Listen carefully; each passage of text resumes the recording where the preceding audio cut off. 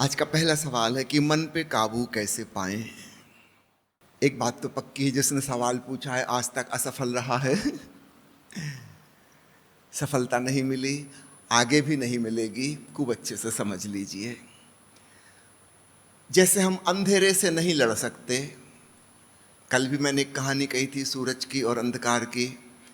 हम अंधकार पर विजय प्राप्त नहीं कर सकते, लेकिन हम एक छोटा सा दीपक जला सकते हैं और अंधकार मिट जाएगा। ठीक ऐसे ही जो लोग मन पर काबू करने की कोशिश करते हैं वे हमेशा असफल हो जाएंगे। अंधेरे से नहीं लड़ा जा सकता। मैंने सुना है एक पहाड़ी गांव में एक लड़की का विवाह हुआ, बड़ी दूर से वह आई थी वहाँ पर पहाड़ी गांव में। वहाँ आदिवासी लोग रहते थे और वहाँ उसने एक विचित्र रिवाज देखा कि शाम होते ही सभी लोग तैयारी करने लगते थे। अंधेरे को टोकरी में भरते, बोरियों में बंद करते और रात को दूर ले जाके पहाड़ से नीचे फेंकते। उसको बड़ी हंसी आई, ये क्या मूर्खता की बात है। लेकिन वो पूरा का पूरा गांव सदियों सदियों से उनके पूर्वजों की परंपरा चली आ रही थी अंधेरे से लड़ने की कोशिश में कि अंधेरे को हम गांव के बाहर फेंक दें, इस पहाड़ी से नीचे खाई में डाल दें। तो रात रात भर सारे लोग जागते। वो लड़की तो बहुत हैरान हो गई, ये क्या पागलपन है, क्या इस प्रकार अंधेरे से छुटकारा पाया जा सकता है। उसने कहा आप लोग ये क्या करते हो। उनका क्यों, हमारे पूर्वज भी यही करते रहे हैं। धीरे धीरे धीरे अंधेरा खत्म होगा, एक समय जरूर आएगा हम जीत जाएंगे, गांव में कोई अंधेरा नहीं होगा। उस लड़की ने कहा कि ऐसा नहीं हो सकता, आप असंभव काम कर रहे हैं। लेकिन मैं जिस गांव से आई हूँ वहाँ हम लोग ऐसा नहीं करते, लेकिन दीपक जलाने की कला हमको आती है। उसने वहीं कुछ इंतजाम किया, कहीं से उसने कपास ढूंढा, कहीं से चकमक पत्थर ढूंढा, कुछ लकड़ियाँ इकट्ठी कर ली। उस गांव के आदिवासी लोगों को अग्नि जलाना नहीं आता था। वो लोग तो चमत्कृत हो गए कि ये नई बहू जो आई है ये तो बड़ी चमत्कारी है। सैकड़ों साल से हमारे पूर्वज जिस अंधेरे को मिटाने की कोशिश कर रहे थे और नहीं मिटा पाए, इसने क्षण भर में खत्म कर दिया। उस गांव में उस रात बड़ा उत्सव मनाया गया, सेलिब्रेशन, और उस बहू को बहुत बहुत धन्यवाद दिया गया कि तुमने गजब कर दिया। उसने कहा ये कोई खास बात ही नहीं है, हम जहाँ से आए वहाँ तो सब लोग जानते हैं इसको, ये कोई चमत्कार की बात नहीं है। प्यारे मित्रों, ठीक ऐसा ही अपने मन से लड़ाई है।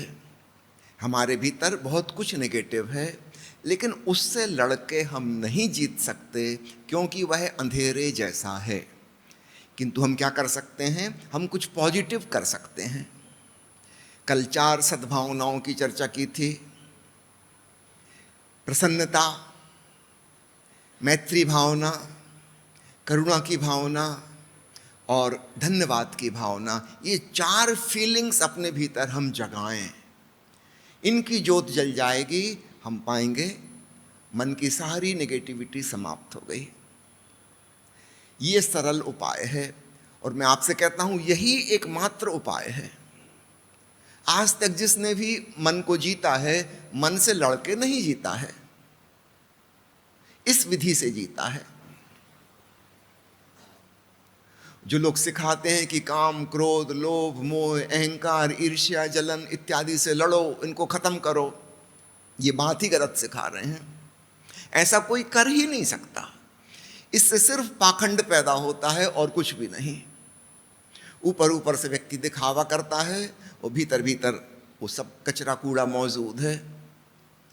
यह उपाय नहीं है, बिल्कुल सरल सा उपाय है। अपने भीतर पॉजिटिव फीलिंग्स को जगाओ और उसमें से 4 महत्वपूर्ण बिंदुओं की चर्चा की गई है। विस्तार की बात छोड़ दो, आप प्रसन्न रहना सीखो। This is something positive. आज दोपहर को मेरा इंटरव्यू लेने आए थे बंबई से कुछ पत्रकार, वे पूछ रहे थे डिप्रेशन से मुक्ति का उपाय।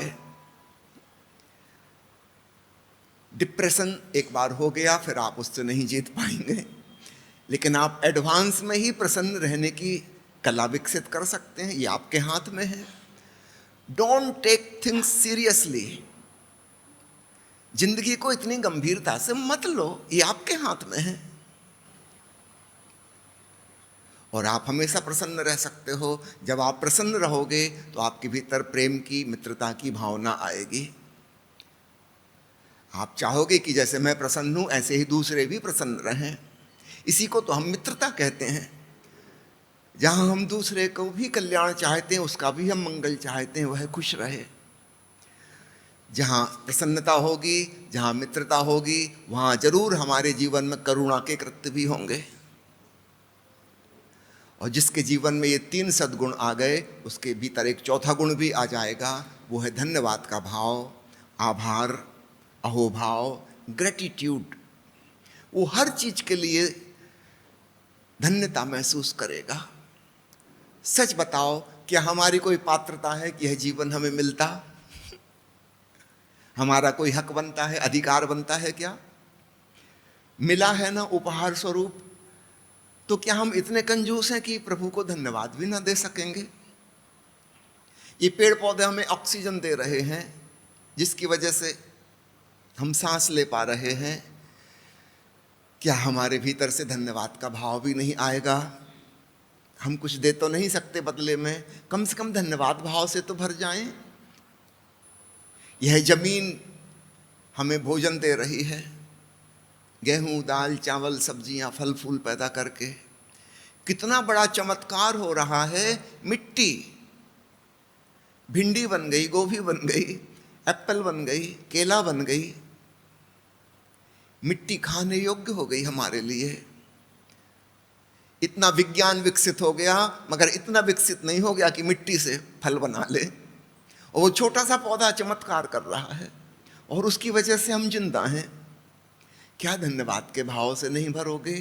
तब हमारे भीतर से छोटी मोटी शिकायतें विदा हो जाती हैं कि ये तकलीफ की वो तकलीफ, हम उनको इग्नोर करना सीख जाते हैं। और जो पॉजिटिवली हमको मिला है उसके प्रति हम धन्यवाद के भाव से भरते हैं। जिस व्यक्ति के भीतर ये 4 सद्भावनाएं पैदा हो गई, वह विजेता हो जाता है। वह मन से लड़ा ही नहीं और विजय हासिल हो गई।